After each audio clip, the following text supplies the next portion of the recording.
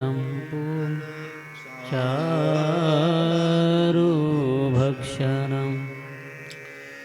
उमासुतं शोकविनाशकारकं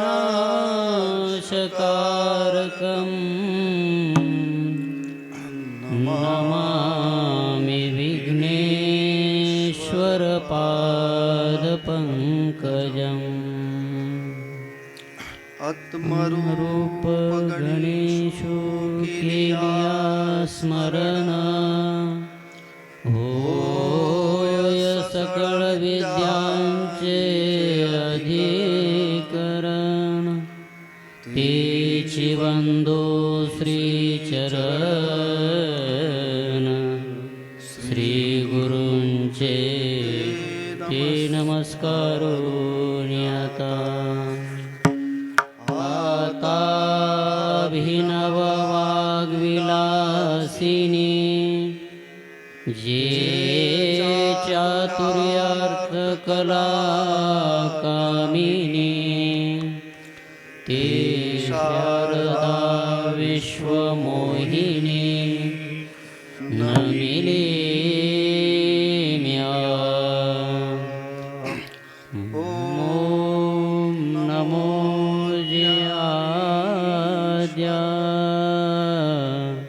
वेद प्रतिपाद्या जय जय स्वसंवेद्या आत्मरूपा विनायकं गुरुं वन्दे श्रुतम् येषां चरणसान्निध्यात् जीवा मुक्ता भवन्ति। साखरे वंशविख्यातं ज्ञानदानपरायणं विनायकं गुरुं वन्दे भवबन्ध विमुक्तये। कृष्ण हरी विठ्ठल केशवा राम कृष्ण हरी विठ्ठल केशवा राम कृष्ण हरी विठ्ठल केशवा राम कृष्ण हरी विठ्ठल केशवा राम कृष्ण हरी विठ्ठल केशवा राम कृष्ण हरी विठ्ठल केशवा राम कृष्ण हरी विठ्ठल केशवा राम कृष्ण हरी विठ्ठल केशवा। हरी विठ्ठल श्री ज्ञानदेव तुकाराम श्री सद्गुरु साखरे महाराज की जय। श्री गुरु थोरात महाराज की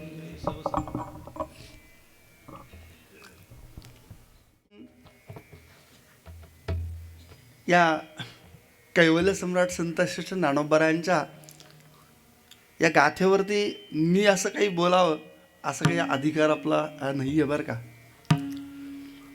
नानाजी इथे काही विरळणी घेतात पण त्यामध्ये मी काही आज बोलणार नाही आहे आपल्याला, कारण तिथे आपल्याला बोलण्याचा काही अधिकार नाही आहे. आता तुमच्यासमोर काय विषय मांडणार मी, तर आपलं सहज एक परमार्थामधील एक चिंतन, एक ज्ञानेश्वरीवरती चिंतन आपण यामध्ये मांडायचा आपण प्रयत्न करू. यथाशक्ती यथामती जेवढा काही वेळ लागेल आपला त्याप्रमाणे आपण करू. इथे वास्तविक खरोखर आम्ही ज्यांच्याकडे शिकलो ते फार मोठे आहेत. म्हणजे आम्ही मात्र मोठे नाही, पण ते फार मोठे आहेत. म्हणून आम्ही मोठे नाहीत पण मोठ्यांचे आहोत आणि त्यांचा एक कृपा आशीर्वाद आमच्या पाठीशी आहे, हे आमचं परम भाग्य आहे बरं का. कारण श्रेष्ठ अशी परंपरा आहे, 350 वर्षापेक्षाही जास्त असणारी अशी परंपरा, की ज्या परंपरेवरती कैवल्य सम्राट संत श्रेष्ठ ज्ञानोबरायांचा कृपा आशीर्वाद त्या परंपरेवरती आहे. गुरुनाम गुरु ब्रह्मीभूत आद्य श्री साखरे महाराज, त्यांना एक मनामध्ये इच्छा झाली की ही ज्ञानेश्वरीचा अर्थ मला कळावा. ही गोष्ट मी 350 वर्षापूर्वी सांगतोय बरं का. आणि ज्ञानेश्वरी घेतली आणि माऊलींकडे आले. मंदिरामध्ये आल्यानंतर त्यांनी मनोमन माऊलींना आपला निश्चय सांगितला की मी आता पारायण सुरू करणार आहे, पण जोपर्यंत आपण मला या ज्ञानेश्वरीचा अर्थ सांगत नाही तोपर्यंत हे पारायण थांबणार नाही. आणि तेही पारायण करत असताना काहीही अन्न न सेवन करता, म्हणजे उपवास करता पारायण करायचं. किती दिवस केलो? 42 दिवस बरं का. 42 दिवस काही अन्न न घेता माऊलीच्या मंदिरामध्ये हे ज्ञानेश्वरीचं पारायण सतत ते केलं. आणि रात्री माऊलींनी त्यांच्या डोक्यावरती वरदहस्त दिला आणि सांगितलं, आजपासून तू जे सांगशील ती ज्ञानेश्वरी. आणि तिथून पुढं ज्ञानेश्वरीचा मराठी अर्थ हा साखरे संप्रदायाकडे आला बरं का. ती परंपरा ब्रह्मीभूत गुरुवर्य नाना महाराज साखरे, ते पुण्यामध्ये त्या आश्रम आहे तिथे ज्ञानेश्वरीचं चिंतन तिथे सांगायचे. पुढे ब्रह्मीभूत दादा महाराजांनी ती लिखित स्वरूपामध्ये केली, ती प्रकाशन स्वरूपामध्ये केली. आणि मग आज आपण संपूर्ण भारतभर नव्हे जगभर ही आज ज्ञानेश्वरी जी आहे ती श्रीगुरु साखरे महाराज, म्हणजे मराठी जो अर्थ, म्हणजे प्रथम ज्ञानेश्वरीचे भाष्यकार जर कोण असेल तर श्रीगुरु साखरे महाराज. म्हणून खरोखर आपली फार भाग्य आहे, आपलं फार मोठं भाग्य आहे बरं का. आपण मोठे नाही पण आपण मोठ्यांचे मात्र आहोत, हे एक लक्षात घ्या.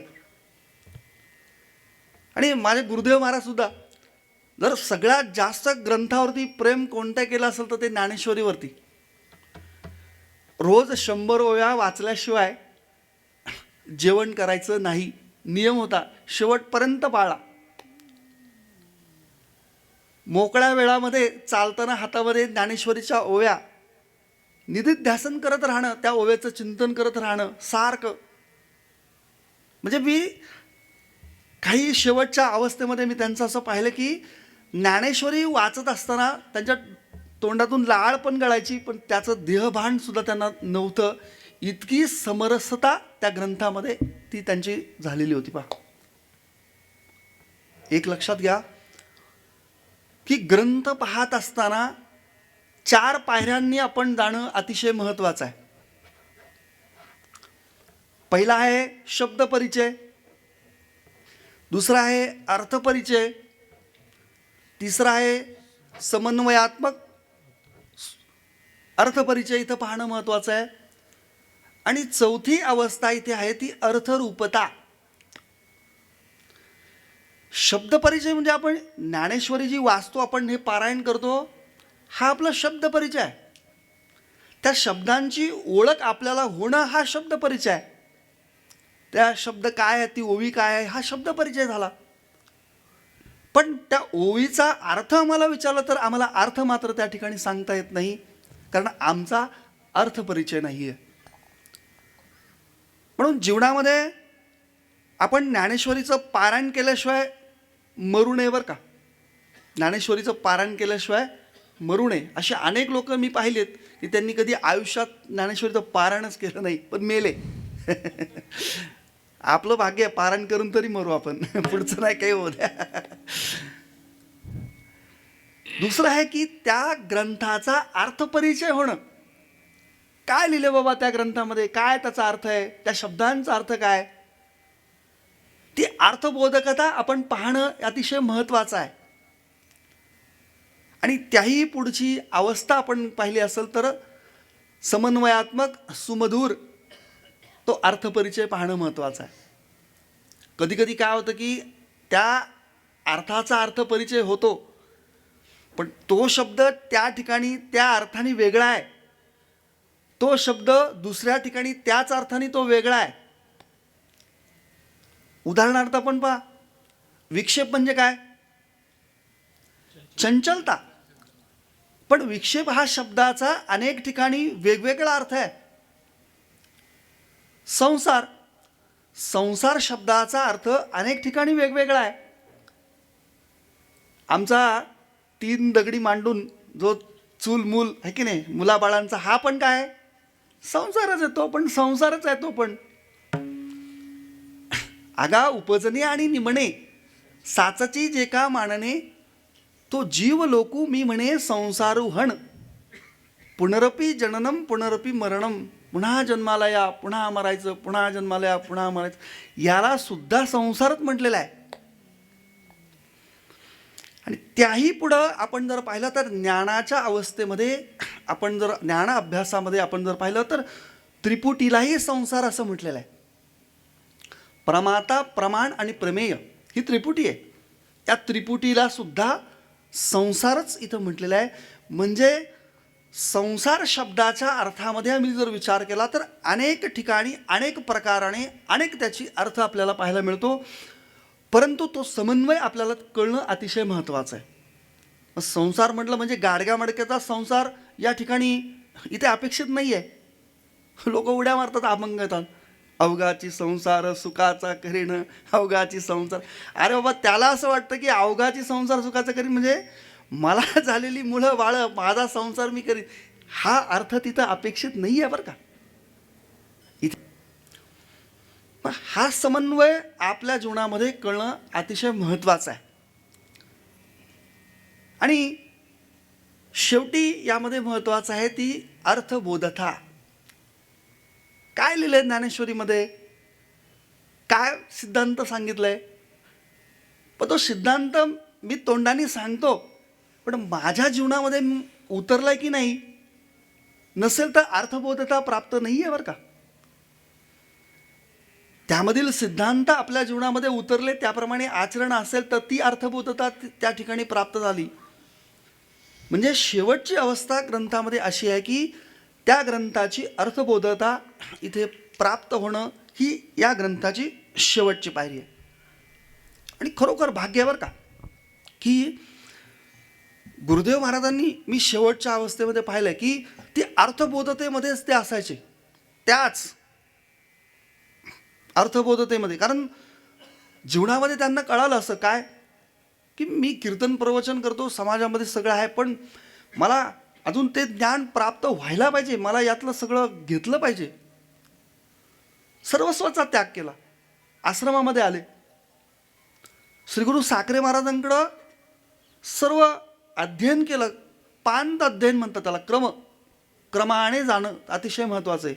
बालवाडी 1ली 2री 3री 4थी 5वी असं, नाही तर 10वीचा अभ्यास केला, परत 1ली झाला, पहिलं तर मग काही कशाचा मेळ लागत नाही.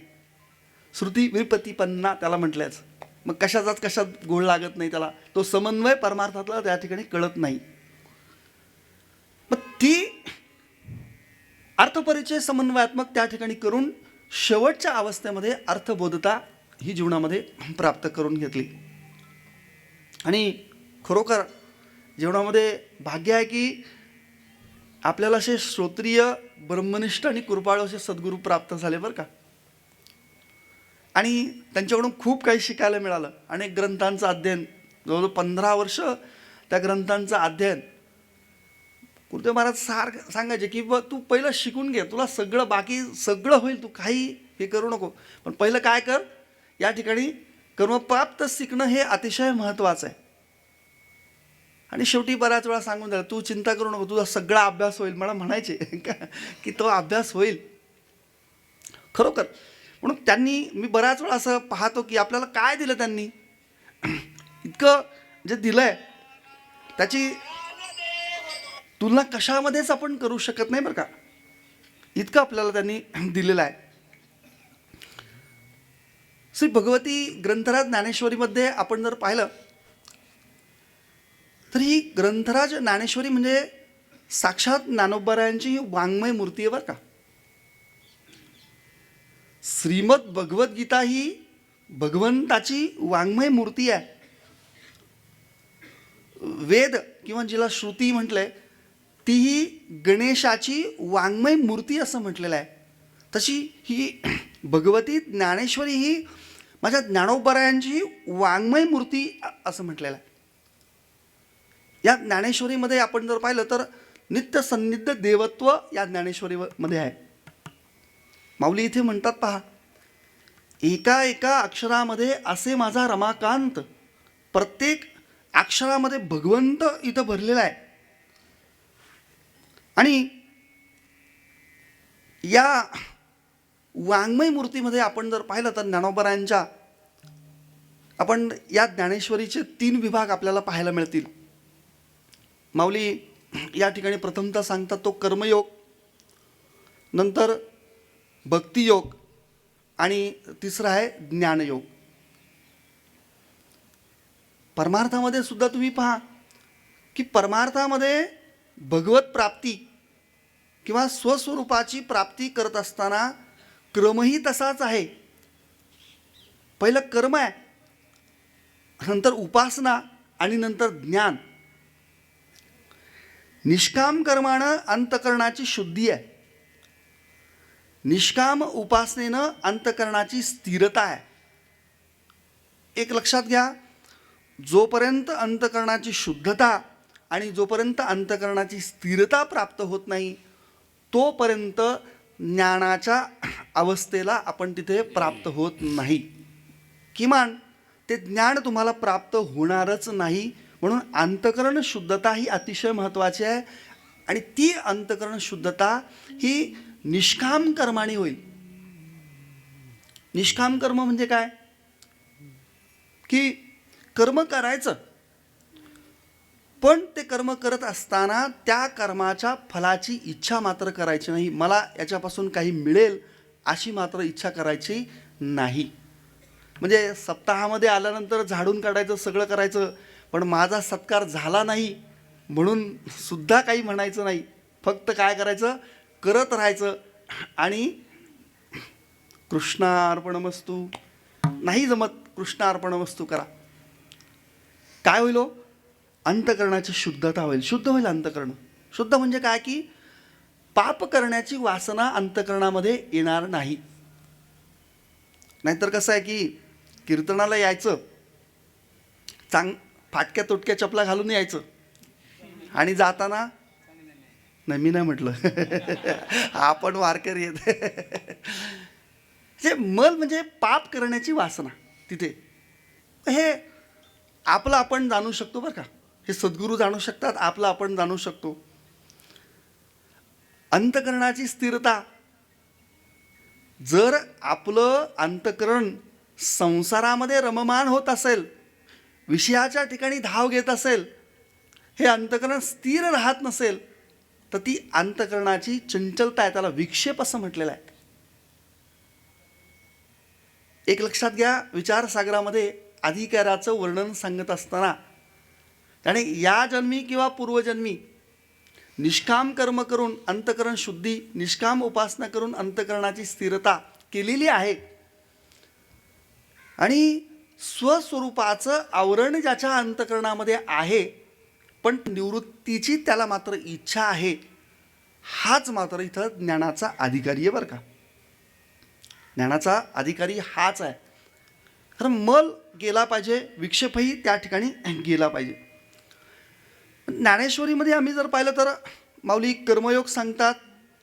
भक्तियोगामध्ये आपण जर पाहिलं तर ध्यानयोगाचाही भाग तिथे आहे आणि शेवटी आहे ज्ञानयोग. मग या 3 कांडामध्ये ही ज्ञानेश्वरी विभागलेली आहे.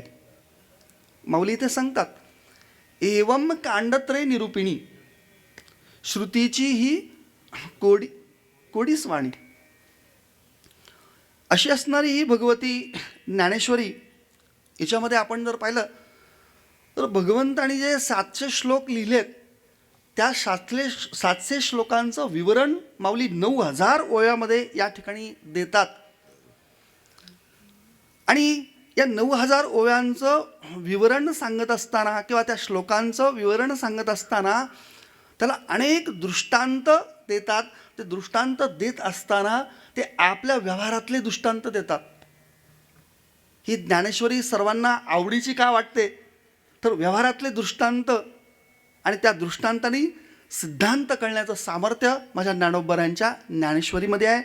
म्हणून तर इथं म्हटलं आहे, नामदेवराय म्हणतात की नामा म्हणे ग्रंथ, नामा मने ग्रंथ श्रेष्ठ ज्ञानदेवी, नामा मने ग्रंथ श्रेष्ठ ज्ञानदेवी.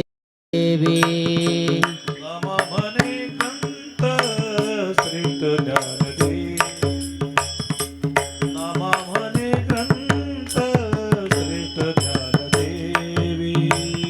एक तरी ओवी अनुभवावी, एक तरी ओवी अनुभवावी, नामा मने ग्रंथ श्रेष्ठ ज्ञानदेवी, नामा मने ग्रंथ श्रेष्ठ ज्ञानदेवी.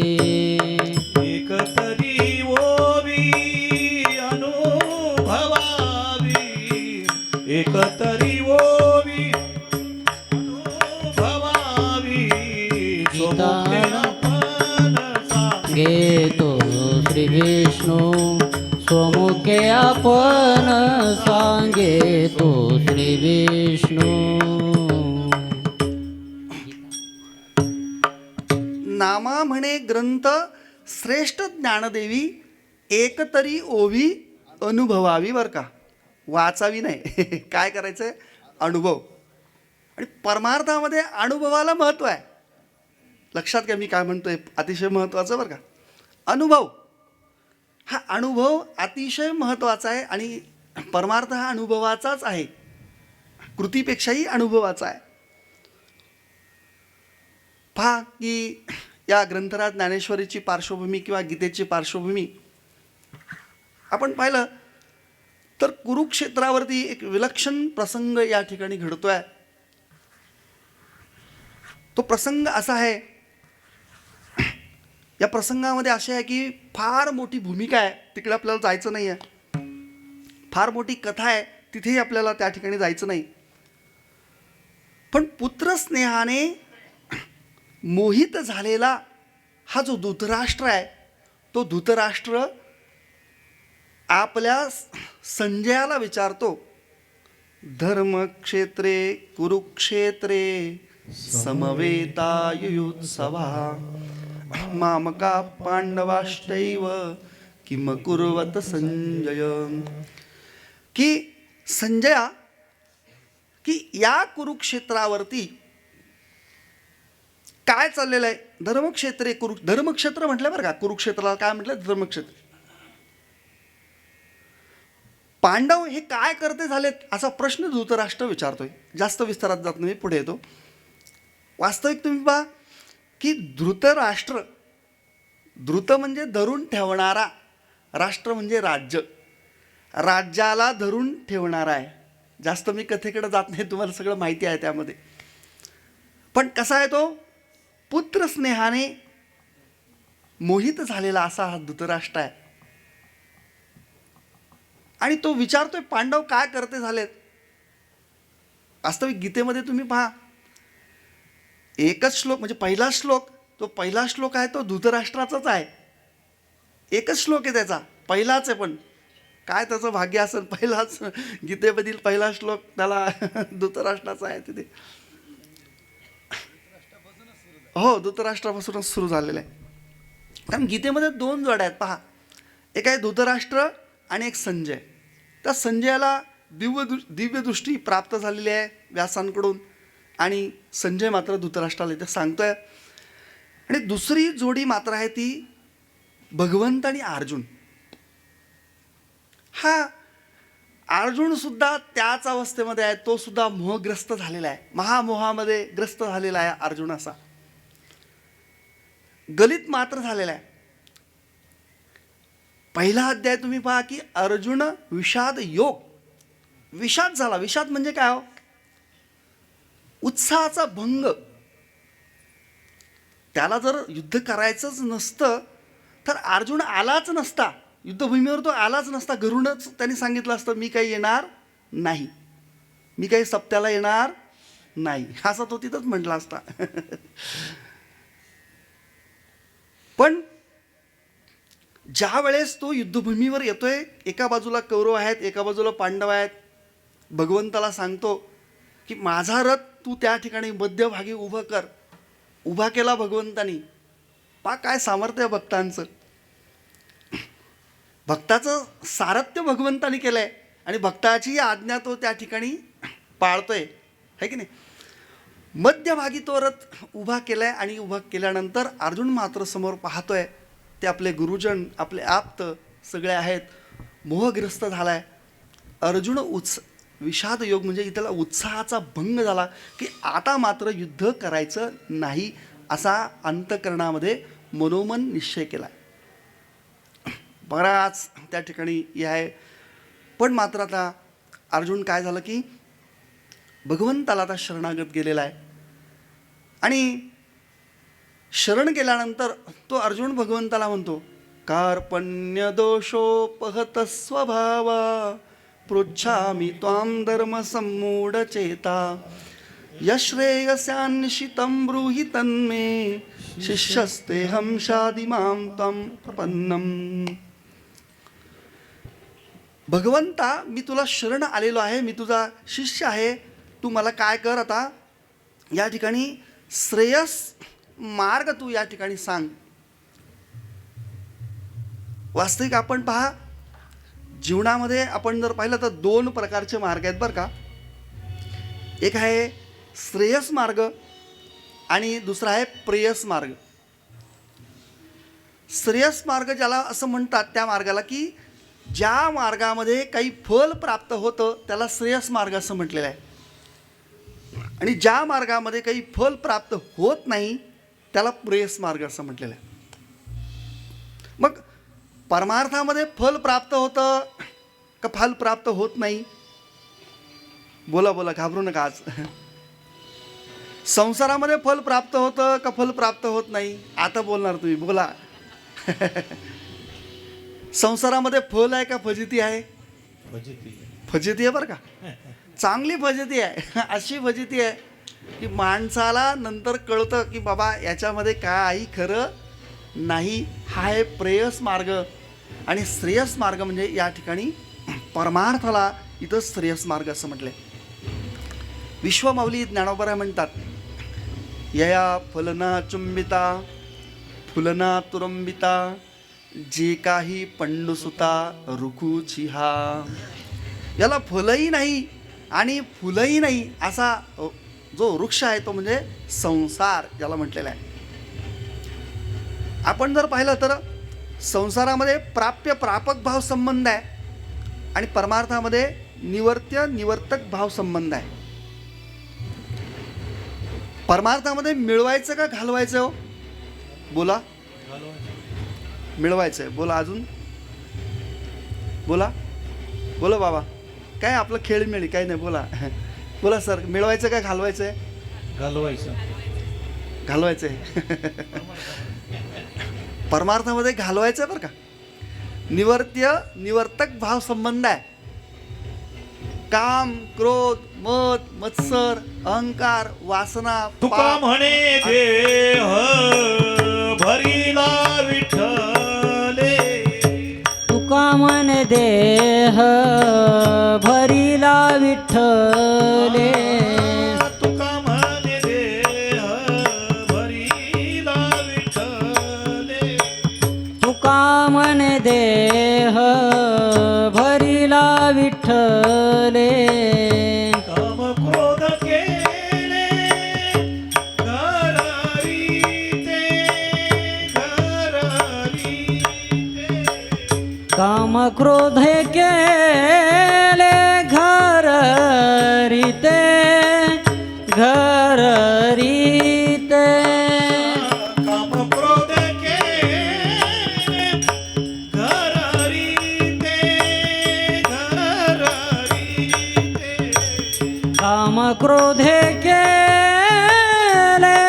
घर रीते घर रीते येणे सोस मन झाले हव भरी येणे सोस मन झाले हव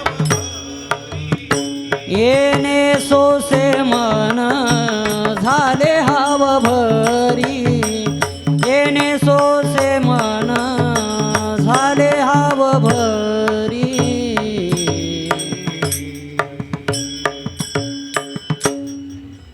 काम क्रोध घर केले रीते.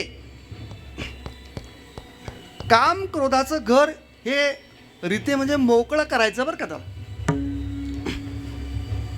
कारण जोपर्यंत अंतकरणामध्ये अज्ञान आहे तोपर्यंत या भगवंताचं दर्शन म्हणजे आत्मस्वरूपाचं दर्शन इथे होणार नाही. पहा, आपण पाहिलं तर 6 रिपू असं म्हटलंय, शत्रू म्हटलंय बरं का, आणि 26 गुण आहेत. पण हे 6 शत्रू इतके श्रेष्ठ आहेत की ते या 26 गुणामध्ये 26 गुणांना नष्ट करण्याचं सामर्थ्य याच्यामध्ये आहे.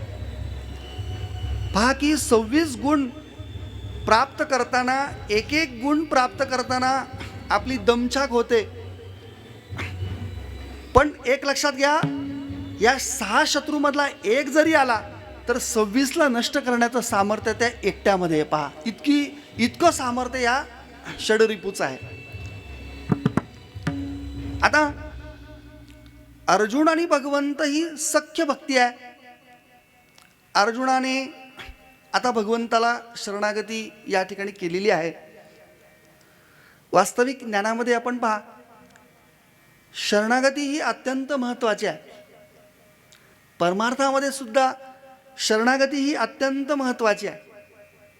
म्हणजे गुरुनाम गुरु श्री गुरु रंगनाथ महाराज परभणीकर म्हणायचे की जीवानं जीवाला शरण जाऊ नये.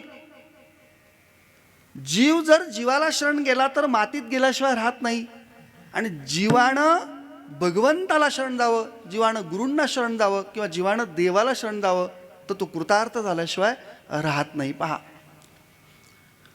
अर्जुन भगवंताला शरण जातोय आणि ही शरण जात असताना इथे पहा, वास्तविक ज्ञान देत असताना किंवा ज्ञान केव्हा प्राप्त होते पहा, तर ज्यावेळेस अंतकरणामध्ये विवेक असेल किंवा अंतकरणामध्ये वैराग्य असेल त्यानंतर ही ज्ञानाची प्राप्ती आहे बरं का, त्याशिवाय नाही आहे. परमार्थामध्ये जर सगळ्यात काय महत्त्वाचं असेल तर तो विवेक आहे. बिनु संत संग विवेक न होय, राम कृपा बिन सुलभ न सोय. कारण संतांच्या शिवाय तो विवेक प्राप्त होत नाही आणि तो विवेक असल्याशिवाय परमार्थही घडत नाही. म्हणून विवेक हा परमार्थाचा पहिली पायरी या ठिकाणी आहे.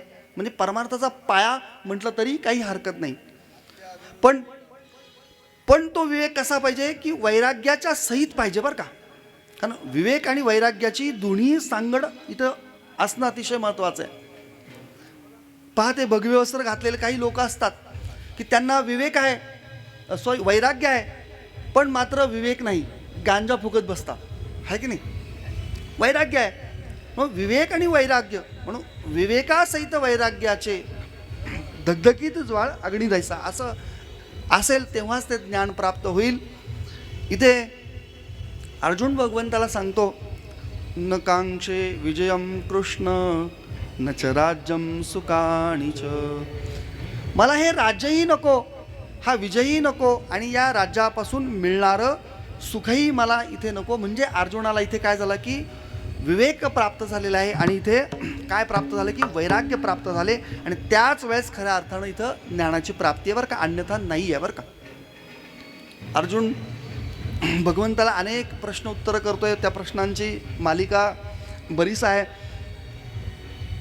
पण भगवंत या ठिकाणी अर्जुनाला म्हणतात की अर्जुना, तू जो शोक करतोयस त्या शोक करण्याचं कारण तर आत्म्याचा नाश होईल म्हणून तू शोक करतोस का, की या देहाचा नाश होईल म्हणून तू शोक करतोस का, का या प्राणीमात्रांचा नाश होईल म्हणून तू शोक करतोस का, का या स्वधर्माचा नाश होईल म्हणून तू शोक करतोस का. या चारही प्रश्नांची उत्तरं आपल्याला पुढील अध्यायामध्ये इथे भगवंत अर्जुनाला इथे देतात. त्यावेळेस भगवंत त्या अर्जुनाला सांगतात की अरे, आत्म्याचा जो नाश आहे तो आत्म्याचा नाश असंभव आहे.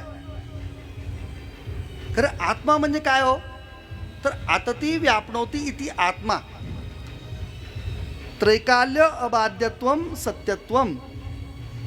जो तिन्ही काळामध्ये त्याचा क्रियेनेही नाश होत नाही आणि ज्ञानानेही बाध होत नाही असा तो आत्मा, ज्याला आपण चैतन्य, अनेक त्या ठिकाणी नावं आपल्याला पाहायला आपल्याला मिळतील. हा आत्मा कसा आहे, तो अविनाशी आहे, जन्ममृत्यूरहित असा आहे, शाश्वत अशा प्रकारचा असा जो आत्मा आहे. म्हणून त्या आत्म्याचा नाश होईल म्हणून तू मात्र इथे शोक करू नकोस.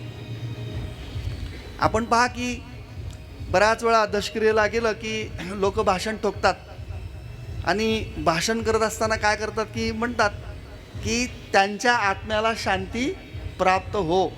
चांगले म्हणतात बरं का, पण आत्म्याला शांती, आत्मा अशांत आहे का की त्याला शांत नाही बरं का, आत्म्याला शांती नाही आहे. वास्तविक जीवात्म्याला शांती प्राप्त हो असं तिथं म्हटलं पाहिजे बरं का. कारण नैनम छिंदंती शस्त्राणी नैनम दहती पावका न चेकले देनते आपण शोषयती मारुका. त्याला कोणतंही शस्त्र तोडू शकत नाही, मारू शकत नाही, वाराही त्याला वाळू शकत नाही किंवा अग्नी त्याला जाळू शकत नाही. असा जो आत्मा तो व्यापक स्वरूपाचा आहे, सर्वत्र असा भरलेला ठोस असं ते चैतन्य स्वरूप जे आहे. म्हणून त्याचा नाश होईल म्हणून तू मात्र शोक करू नकोस. दुसरं, देहाचा नाश होईल म्हणून तू शोक करतोस का. वास्तविक आपण पहा की आपल्याला 3 प्रकारचे देह आहेत. एक आहे स्थूल देह, दुसरा आहे सूक्ष्म देह आणि तिसरा आहे कारण देह. स्थूल देह म्हणजे डोळ्यानं जे काही दिसतो आपल्याला त्याला स्थूल देह असं म्हटलं आहे. सूक्ष्म देह म्हणजे जो 19 तत्वांचा आहे तो सूक्ष्म देह आणि कारण देह म्हणजे अज्ञान त्याला म्हटलेलं आहे. स्थूल देह हा मरणार आहे, त्या जन्माला आपल्याला आला आहे, मग त्या जन्म तेवढं काही प्रारब्ध असेल तेवढा तो स्थूल देह राहणार आहे, त्यानंतर तो जाणार आहे की नाही. देह जाईल जाईल देह जाईल जाईल देह जाईल जाईल देह जाईल जाईल यासी काळबा खाईल यासी काळबा खाईल देह जाईल जाईल देह जाईल जाईल यासी काळो खाईल यासी काळो खाईल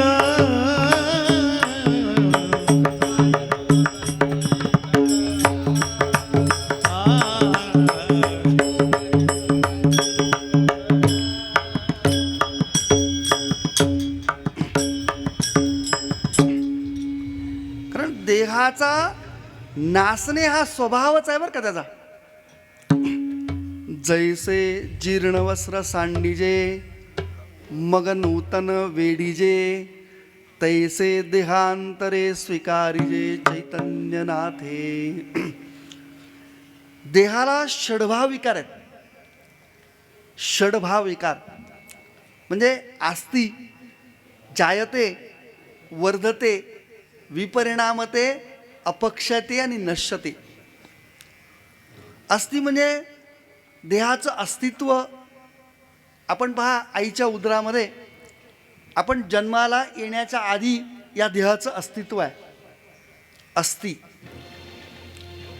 जायते, जायते म्हणजे जन्म होतो. कोणाचा? देहाचा, बरं का, आपल्या देहाचा जन्म होतो. मग जायते जन्म, अस्ति जायते, वर्तते, वाढत राहतो. कुठपर्यंत? जोपर्यंत त्या शरीराचं जी काही उंची असेल, त्याची काही ठरलेली असेल, काय असेल त्याची असेल, एक 20 वर्ष 21 वर्षापर्यंत त्याची वाढ त्या ठिकाणी होत राहते, वर्धते.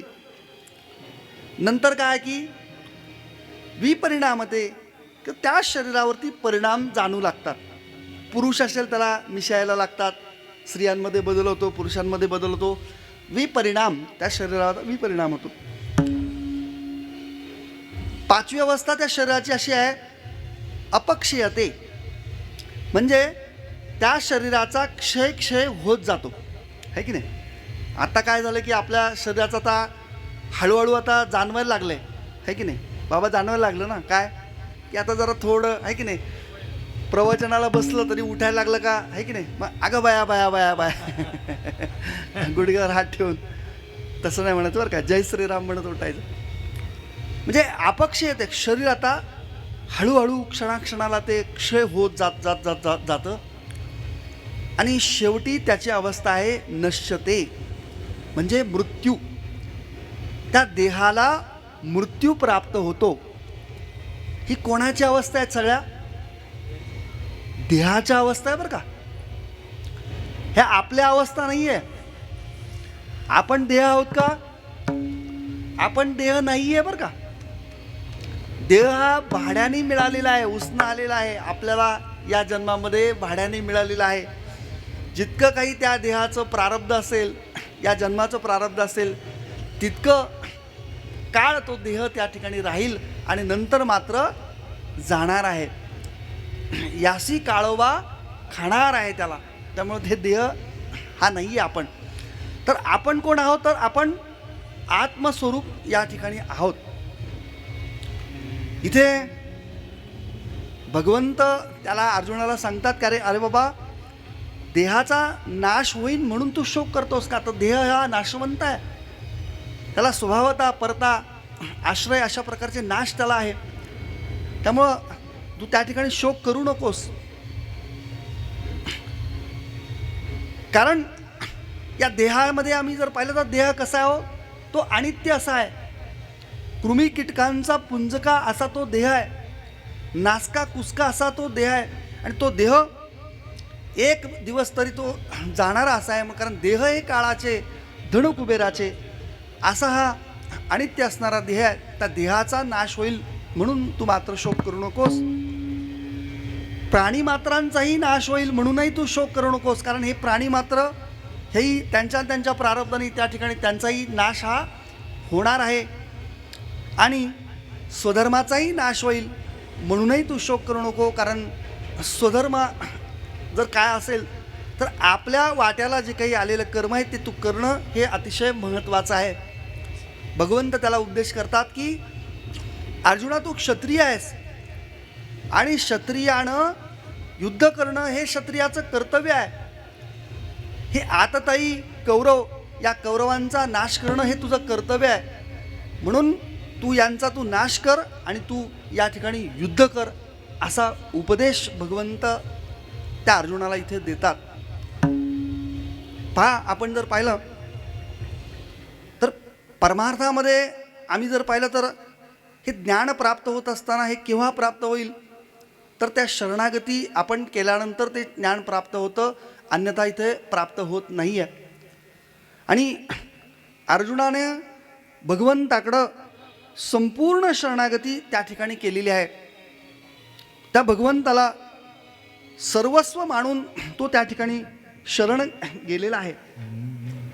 कारण तो अर्जुनाच्या लक्षात आलं की आपण ज्याच्याबरोबर खेळलो, बागडलो, ज्याच्याबरोबर बोललो, त्याची चेष्टा मस्करी केली, हा मात्र साधासुद्धा नाही, तर हा कोण आहे? साक्षात भगवंत आहे. कारण अर्जुनाला भगवंताने पुन्हा विश्वरूप दर्शन त्या ठिकाणी दाखवलेलं आहे. आणि त्या ठिकाणी त्या भगवंताचं स्वरूप कसं आहे हे पाहत असताना अर्जुनाच्या लक्षात आलं की हा तो समर्थ आहे, कर्तुम अन्यथा कर्तुम असा शक्तिमान असा हा भगवंत आहे आणि यालाच या ठिकाणी शरण जाणं हे अतिशय महत्त्वाचं आहे. शेवटी अर्जुन भगवंताला या ठिकाणी शरण जातोय. भगवंतही त्याला त्या ठिकाणी सांगतात की तमेव शरणम गच्छ सर्व भावेन भारत, की काय कर तू अर्जुना, तू की सर्व भावानं शरण ये, कारण मला शरण आल्याशिवाय या ठिकाणी या स्वरूपाची प्राप्ती इथे होणार नाही आहे. मग आता इथे शरणागती पाहत असताना आपण भगवंताला जर शरण जायचं आहे तर सर्व भावेनं या पदामध्ये आम्ही जर पाहिलं तर सर्व भावेनं म्हणजे कसं जायचं, तर इथे विश्वमाऊली ज्ञानोबराय सांगतात की तया अहम वाचा अंग देऊणी या शरण रिग जैसे महोदधिका गांग रिगाले जैसे. त्या भगवंताला शरण जायचं आपल्याला, पण कसं जायचं की ज्याप्रमाणे गंगा ही समुद्राला पूर्ण समर्पण ती करते आणि त्याचप्रमाणे आपण भगवंताला शरण जायचं. मन बोनी शरण जावे, मन बोनी शरण जावे, मन बोनी शरण जावे, मन बोनी शरण जावे. सर्व भावे देवासी, सर्व भावे देवासी, तो हा उतरील पार, तो हा उतरील पार. सर्व भावे देवासी,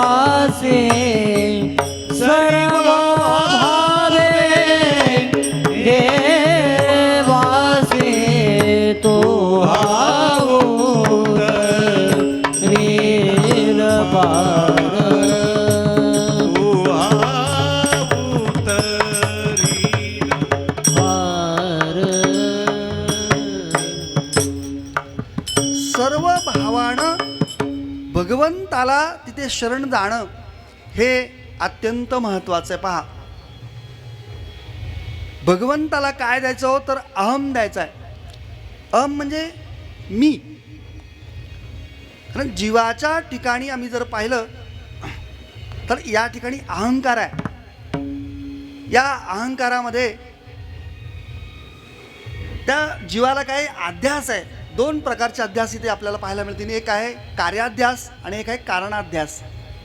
अध्यासामध्ये अनेक प्रकार आहेत, अनेक प्रकाराने आहे. स्वरूपाध्यास असेल, संसर्गाध्यास असेल, अन्योन्याध्यास असेल. पण कार्याध्यास आणि कारणाध्यास, कारणाध्यास म्हणजे आत्मस्वरूपाचं अज्ञान, आणि या कार्याध्यासामध्ये अहमिती प्रथमाध्यास. हा मी आमका आहे, मी तमका आहे की नाही. माझं नाव, मी कोण आहे, मी विनायक आहे, मी अमुक आहे, मी तमुक आहे, मी डॉक्टर आहे, इंजिनियर आहे. मी हे केलं, मी होतो म्हणून सप्ताह आहे की नाही. महिला मंडळ असं म्हणतात, मी होते म्हणून तुमचा संसार, नाही तर दुसरी असती तर. हा जो मी या ठिकाणी आहे ना, तर अहम, यामध्ये सगळ्यात लक्षात घ्या की मी देह आहे, हा सगळ्यात मोठा अहंकार आहे. कारण देह नव्हे मी ये सरे, उरला उरे विठ्ठल. कारण या देहाच्या संबंधी बाकीचे सगळे आहेत. देह आधी काय खरा, देह संबंधी पसारा. तो जो अहम आहे, तो अहम भगवंताला तिथं द्यायचा आहे. दुसरं आहे ते वाचा. या भगवंताचं नामस्मरण, त्याचं गुणगान, जितकं काही वाचन आपल्याला त्या भगवंताचं करता येईल तितकं त्याला करणं ही समर्पण आहे. चित्तामध्ये भगवंताचंच या ठिकाणी ध्यान करणं. आणि चौथं आहे अंग म्हणजे शरीरानंच भगवंताची सेवा करणं, याला खऱ्या अर्थानं म्हटलंय सर्व भावेनं, सर्व भावानं त्याला शरण जाणं. आणि या सर्व अंगाने जर गेलो तर त्याला सर्व भाव म्हटले, अन्यथा नाही. नुसता हात जोडला, लोटांगण घातलं तरीही ती शरणागती नाही. ही सगळी शरणागती इथे बाह्य शरणागती आहे. इथे पहा, भक्तिशास्त्रामध्ये इथे म्हटलं की त्या भगवंताचा आपल्याला परम आश्रय असा वाटला पाहिजे की आता भगवंता तुझ्याशिवाय मात्र मला कोणी नाही, हा परम आश्रय आहे. आम्हाला आश्रय आहे कशाचा आहे हो? 500 रुपयाच्या नोटाचा आश्रय आहे. 500 रुपयाचं नोटाचं बंडल, त्याला आम्हाला काय वाटतं की पैसे माझं काम करतील, माझा मुलगा मला सांभाळील, असा विश्वास आहे का तुम्हाला? आहे का? शेवटपर्यंत बोला, आळंदीत तरी खरे बोला की महाराज असं काय बोलतात तुमचा मुलगा तुम्हाला अतिशय तुम्ही जर्जर झालेत आणि कॉटवर पडलेत, आता तुम्हाला 4 वर्ष तुम्ही काही हटणार नाही कॉटवरून, असं होणार नाही बरं का, मी काही असंही नाही, पण अशी अवस्था आली तर तुम्हाला मुलगा तुम्हाला सांभाळेल असा तुम्हाला विश्वास आहे का? नाही ना. माझ्या भगवंतावर विश्वास ठेवा बरं का. त्याच्या वर विश्वास ठेवला ना, मग आता मात्र तो सगळं करील. म्हणून परम आश्रय तो असला पाहिजे. बाकी आता इथं दुसरं नाही बरं का काही. सर्वस्व जे काही जीवनातलं आहे ना, ते सगळं सर्वस्व म्हणजे भगवंत. आता त्याच्याशिवाय मात्र इथं काही नाही. जी काही गती जीवनाची आहे, जी काही प्राप्त करायची आहे, प्राप्तव्य, कर्तव्य, ज्ञातव्य सगळं आहे तो तोच. आता मात्र दुसरं काही नाही. याला म्हणतात सर्व व्हावे नाही. ही शरणागती आहे ते. इथे पहा, माऊली म्हणतात पहा की पै आपलेनी भेदेविन माझे जाणजे ने एकपण, हे की नाही. पुढे पै आपलेनी भेदेविन माझे जाणजे एकपण तयाचे नाव शरण मज येणे गा. बरोबर म्हटलं कवी, मागे पुढे झालं. पै आपलेनी भेदेविन माझे जाणजे एकपण, म्हणजे भगवंतामध्ये आणि आपल्यामध्ये आता मात्र भेद करायचा नाही. तो आणि मी आता मात्र एकच आहे. मी तो वासुदेव तत्वतः. कारण मनुष्य जीवनाची इतिकर्तव्यता या जीव ईश्वराच्या ऐक्यामध्ये आहे. त्या जीव ईश्वराचं ऐक्य आपण करणं हेच आपलं अंतिम साध्य आहे बरं का. आता मात्र तुझ्यामध्ये आणि माझ्यामध्ये भेद नाही. तुझं माझं नाही भेद सहज केला विनोद. ज्ञानोत्तर भक्तीमध्ये आपण पाहिलं, आता कालच नानाजींनी सांगितलं की कल्पित भेद आणि वास्तव अभेद. आता तो भक्ती करतो पण कशी आहे ती कल्पित आहे. आता मध्ये त्यामध्ये सत्यता नाही आहे. पण वास्तविक देव आणि भक्तामध्ये आता मात्र या ठिकाणी अभेद इथे आहे. माऊली फार सुंदर दृष्टांत देतात पहा. पै घटाचेनी नासे गगनी गगन प्रवेशे मद शरण येणे तैसे ऐक्य करी. समजा या ठिकाणी घट ठेवला, घट म्हणजे मडकं, तर त्या मडक्याच्या आतमध्ये आकाश आहे की नाही, त्याला आपण काय म्हणतो घटाकाश. आणि बाहेरचं जे आकाश आहे त्याला काय म्हणतो महाकाश. आता तो जर घट फोडला तर ते आतलं आकाश कुठं जातो महाकाश. ते जाताही नाही, येत नाही बरं का. तिथे फक्त घट फोडण्याची क्रिया आहे बरं का त्या, कारण व्यापकामध्ये क्रिया होत नाही आहे. तसा चैतन्य मात्र कसं आहे सर्वत्र आहे. सर्वत्र ठोस भरलेला आहे. इकडं तिकडं जडामध्ये, तुमच्यात माझ्यात सर्वत्र हे चैतन्य त्या ठिकाणी भरलेलं आहे. भरला घन दाट हरी दिसे, भरला घन दाट हरी दिसे भरला घन दाट, हरी दिसे भरला घन दाट. ज्ञानदेवा पाट हरी हा वैकुंठ, भरला घन दाट हरी दिसे, भरला घन दाट हरी दिसे. अज्ञान देवा पाठ हरी हा वैकुंठ, भरला घन दाट हरी दिसे, भरला घन दाट हरी दिसे.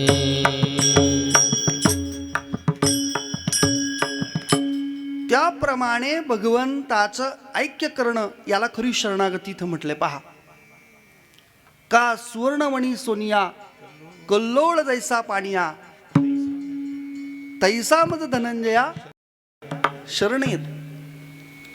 आणि माऊली या ठिकाणी म्हणतात, पहा, मजही शरण रिगीजे आणि जीवत्तिवजी आसीजे. धिक, त्याचं जीवन धिक्कार असं म्हटलं त्याचा. तर माझ्याशी आणि आपल्याशी जर भिन्नता राहत असेल, द्वैत राहत असेल, तर त्या ठिकाणी धिक म्हटलं म्हणजे त्याचा खऱ्या अर्थाने जो परमार्थ नाही बरं का. म्हणून या जीवशिवाची ऐक्य असं म्हटलंय.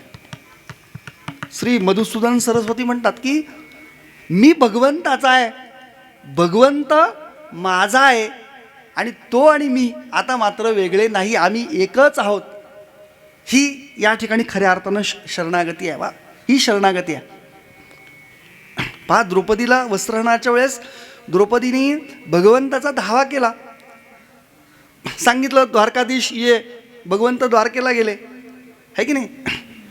अनेक विशेषणं त्याला वापरली.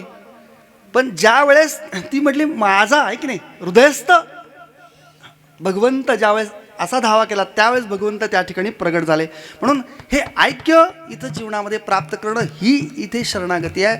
आणि यालाच जीवनामध्ये या मनुष्याची इतिकर्तव्यता असं म्हणतात. तरच ती आपल्या जीवनामध्ये इतिकर्तव्यता प्राप्त होईल आणि खरा परमार्थ इथे आपल्याला प्राप्त होईल. केव्हा तर या स्वरूपाला आपण प्राप्त झालो तर. आणि खऱ्या अर्थानं ती शांती आपल्याला इथे प्राप्त होईल, अन्यथा इथं प्राप्त होणार नाही.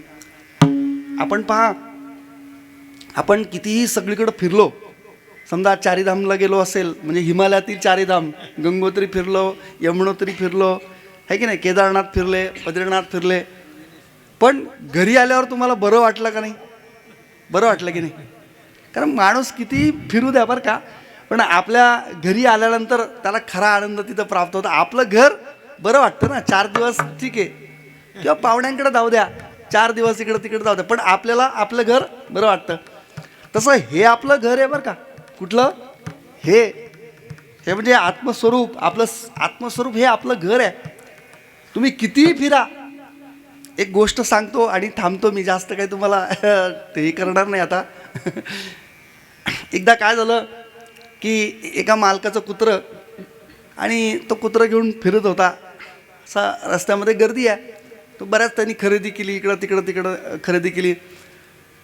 पण त्याच्या लक्षात आलं की आपलं कुत्रं हरवलं. काय झालं? कुत्रं हरवलं. त्याने खूप शोधाशोधी केली, पण ते काय कुत्रं सापडलं नाही. इकडं कुत्रं, त्या कुत्र्यालाही कळालं की आपण आता हरवलो. मग त्या कुत्रा काय करायचा की तो कुत्रा एखाद्या दिसला का त्या जवळ जायचा आणि असा वास घ्यायचा. आणि ते समोर माणूस आला का ए हाड हाड हाड हाड हाड असं करायचे.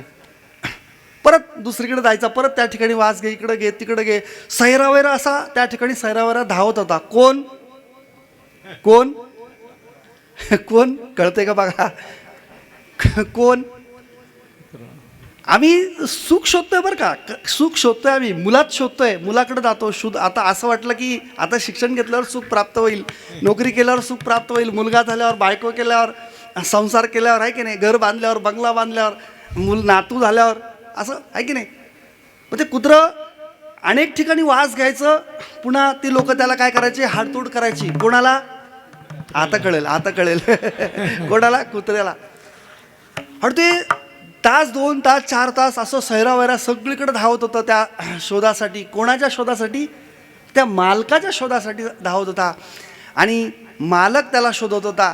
तसा हा आपला मालक आपल्याला शोधतोय, पण आपण मात्र सैरावैरा नको त्या ठिकाणी जातोय आणि आपली आणि त्याची मात्र भेट तिथं होत नाही, कारण आपण दुसरीकडेच पळतोय.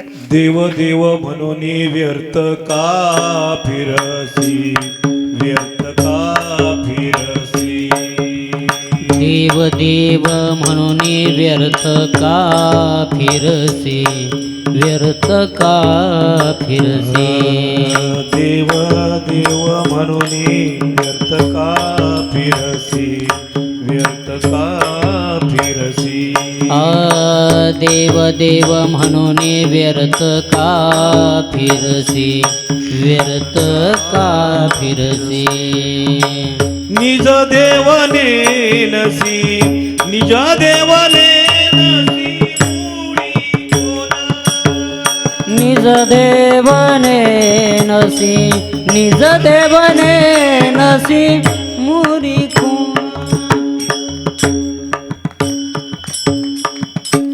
त्या कुत्र्याला त्याच्या मालकाची भेट झाल्यानंतर इतका आनंद झाला, इतका आनंद झाला की त्या आनंदाला पारावार नाही. ते कुत्रं त्या मालकाच्या गळ्यामध्ये पाय टाकते बरं का, इतका आनंद. तसं आम्ही संसारामध्ये सुख घेण्याचा प्रयत्न केला, पण आम्हाला सुख प्राप्त झालं नाही. पण आपला खरा मालक जर भेटला तर मात्र खरा आनंद इथं प्राप्त होईल. सर्व सुखाचे आगर बाप रखुमा देवीवर. आणि आपलं जे घर आहे ना, हे घर ज्ञानदेवा घर चिदानंदी आहे का नाही, हे आपलं घर आहे बरं का. हे घर आहे आपलं. वास्तविक आपण पहा, इकडे तिकडे आपण धावतोय, पण श्रुती असं सांगते की आत्मनस्तु कामाय सर्वम प्रियम भवती. आम्ही ज्यांच्यावरती प्रेम करतो ते काय की ते प्रेम सगळं आमच्या खरं जर प्रेम कोणावर असेल तर आपल्यावरती आपलं प्रेम आहे बरं का. आपल्याला जर कोणी मारायला लागलं तर आपण काय करतो, हात पुढे करतो. का हो?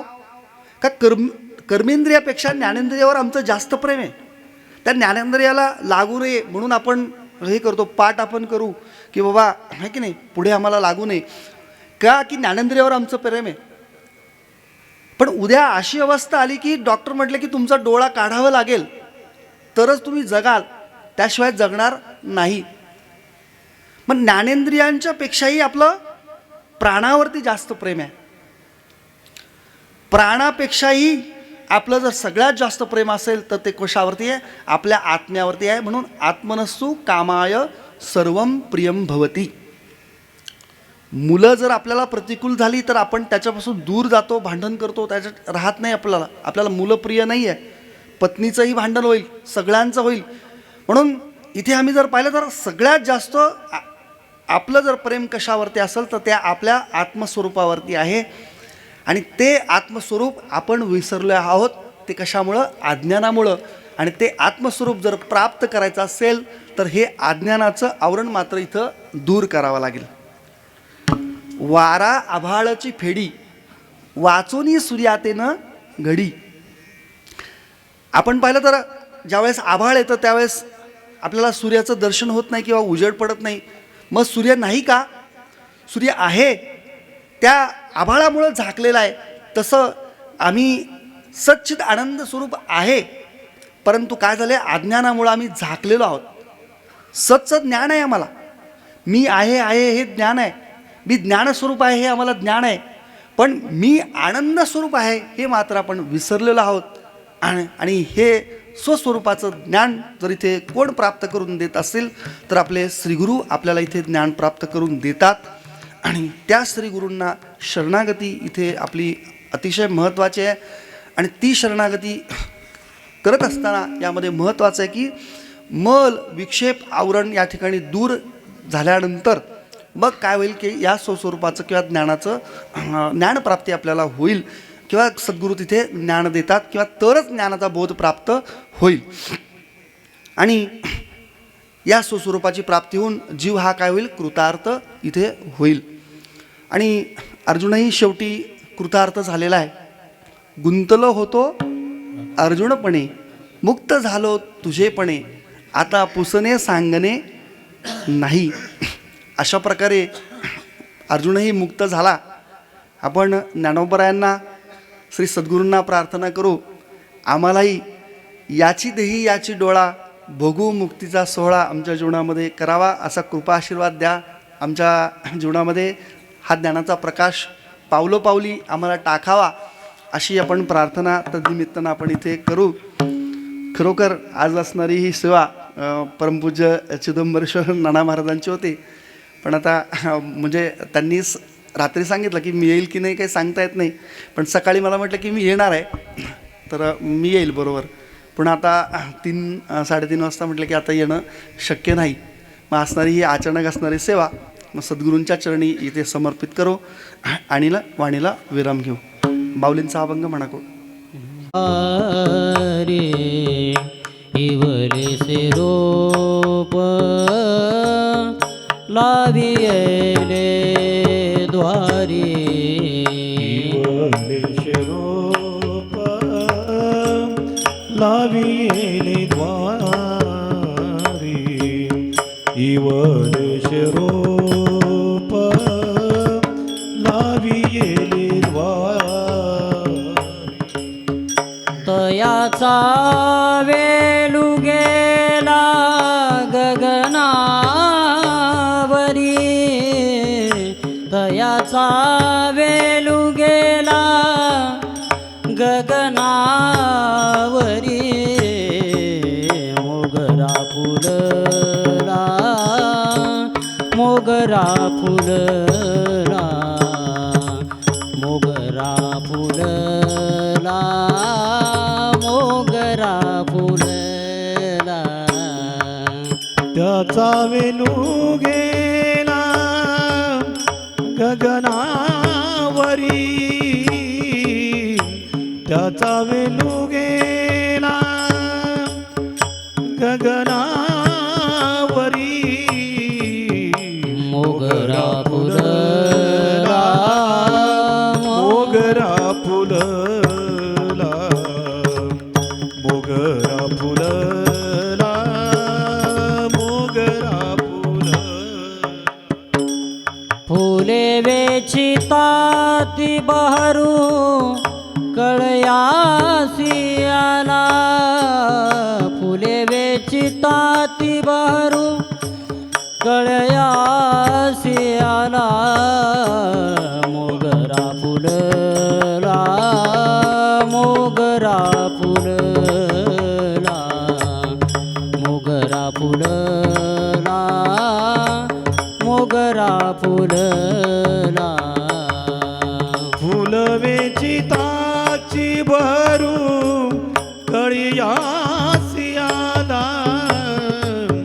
फुलवेची ताची भरू कळियासी आला कळियासी आला मोगरा फुलला मोगरा फुलला मोगरा फुलला मोगरा फुलला मनाची मने गुंपिला सेला मनाची मने गुंपिला सेला मनाचे मनी गुंपियेला सेला मनाचे मनी गुंपियेला सेला बापर खुमा देवीवरू विठ्ठलू अर्पिला बापर खुमा देवीवरू विठ्ठलू अर्पिला मोगरा फुलला मोगरा फुलला मोगरा फुलला मोगरा फुलला बापर खुमा देवीवरू विठ्ठलो अर्पिला बापर खुमा देवीवरू विठ्ठलो अर्पिला विठ्ठलो अर्पिला मोगरा फुलला मोगरा फुलला मोगरा फुलला मोगरा फुलला फुले वेचिताती बहरू कळयासी आला फुले वेचिताती बहरू कळयासी आला मोगरा फुलला मोगरा फुलला मोगरा फुलला मोगरा फुलला फुलवेची ताची भरू कडियासी आला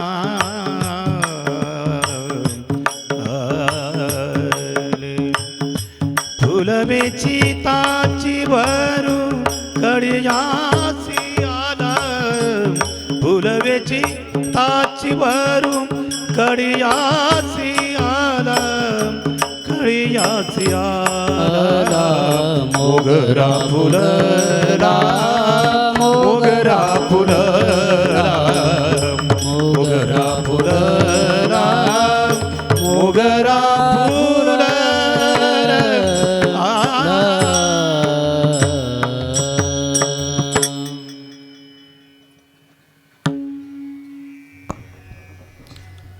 एक 2 मिनटं फक्त.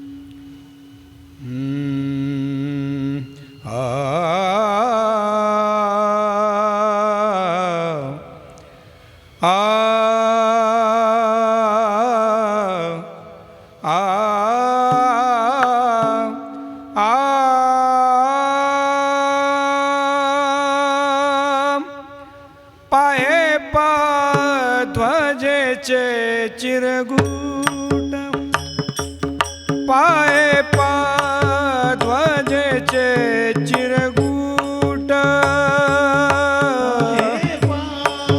ध्वजेचे चिरगुट पाये पा ध्वजेचे चिरगुट पाहे पा ध्वजेचे चिरगुट पाहे पा ध्वजेचे चिरगुट पाये पा ध्वजेचे चिरगुट पाये पा ध्वजेचे चिरगुट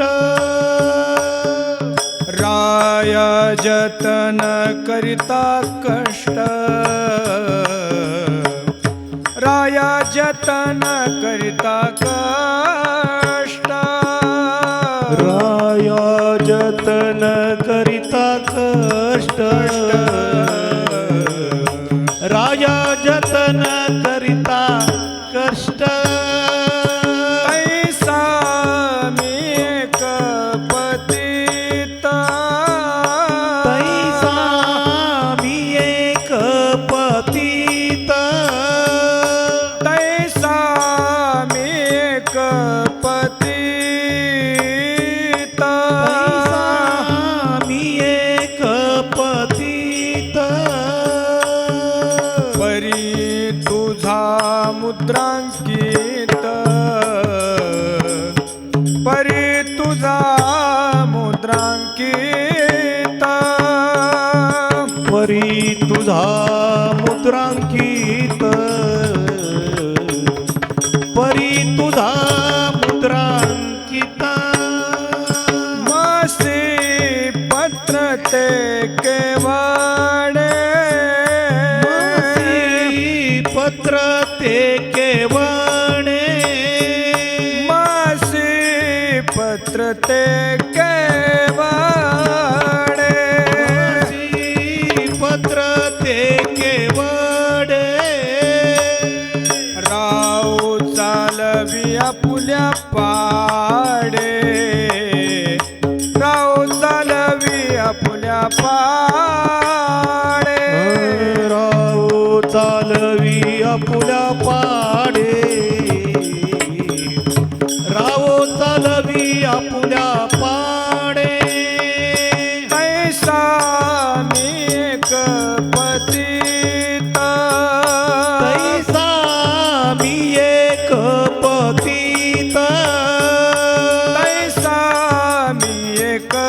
पतित तैसा मी एक पतित परी तुझा मुद्रांकित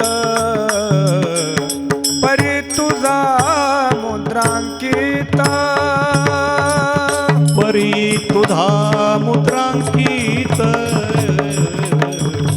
परी तुझा मुद्रांकित बाप रखुमा देवी वरुदा बाप रखुमा देवी वरुदा बाप रखुमा देवी वरदा बाप रखुमा देवी वरदा सांभाळावे आपुल्या बेदा सांभाळावे आपुल्या ब्रीदा सांभाळावे आपुल्या ब्रीदा सांभाळावे आपुल्या ब्रीदा तैसा मी एक पतित परी तुझा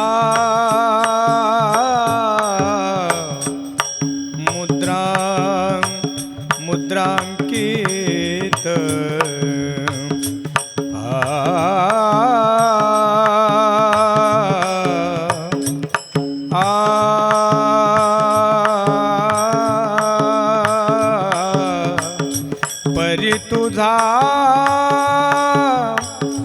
परी तुझा मुद्रा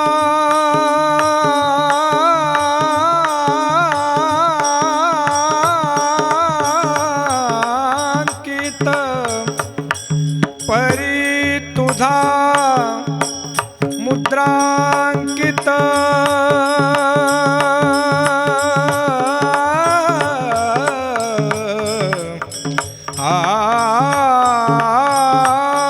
तैसा मी एक पतित तैसा मी एक पतित परी तुझा मुद्रांकित